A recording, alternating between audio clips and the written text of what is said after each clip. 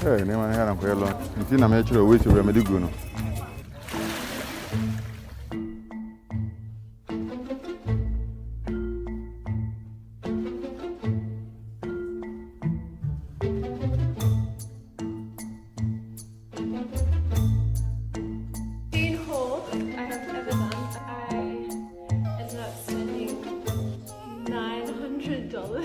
Have you ever heard that vintage is better?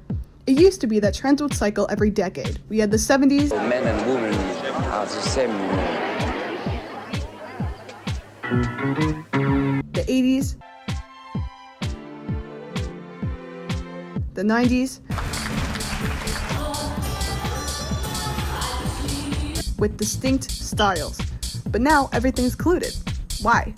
And why is it that in 2024 we still struggle with labor exploitation? It's no surprise that fast fashion has led to such an uptick in textile pollution, from Ghana to India to Indonesia. But why does fast fashion have such a bad effect on the environment? Firstly, we need to get into the history of fast fashion.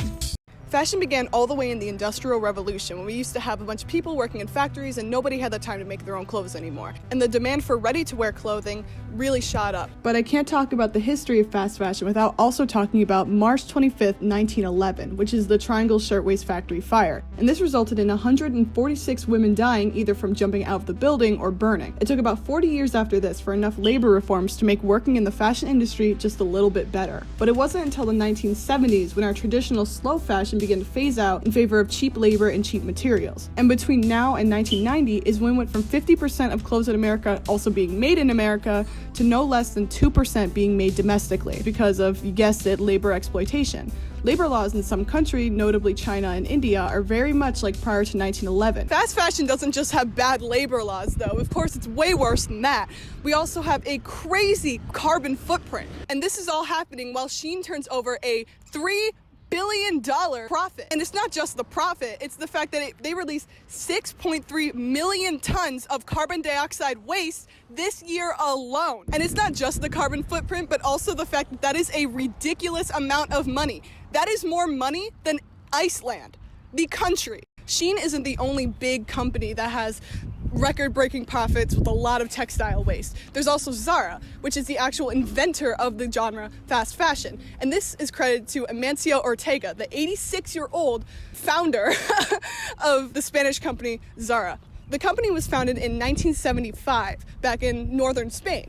But then they brought it down to New York in the 1990s, and this led to the fast fashion term being coined. The fast fashion term was coined because of the fact that they would bring clothes from the design to the rack within 15 days, which is record-breaking. This literally reconstructed the supply chain in the fashion industry. But I'm sure you don't want to just hear it from me. Here are the actual businesses in the Buffalo area that I decided to interview with. And then all the flowers.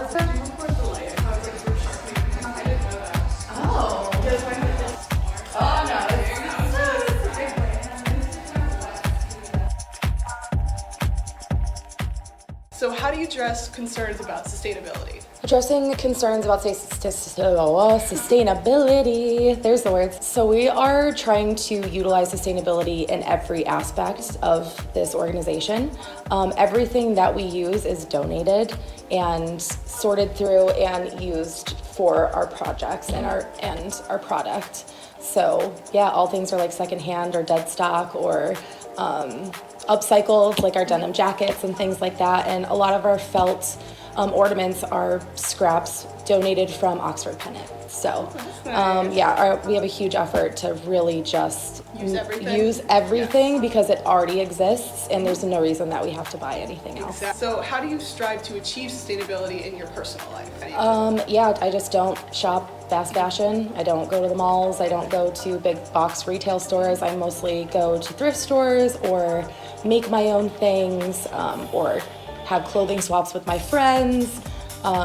Just trying really, really hard to keep giant ships from transporting big pieces of plastic here for people to just throw them in the garbage. Exactly, I agree. Would you say that fast fashion has led to less of an appreciation for quality clothing?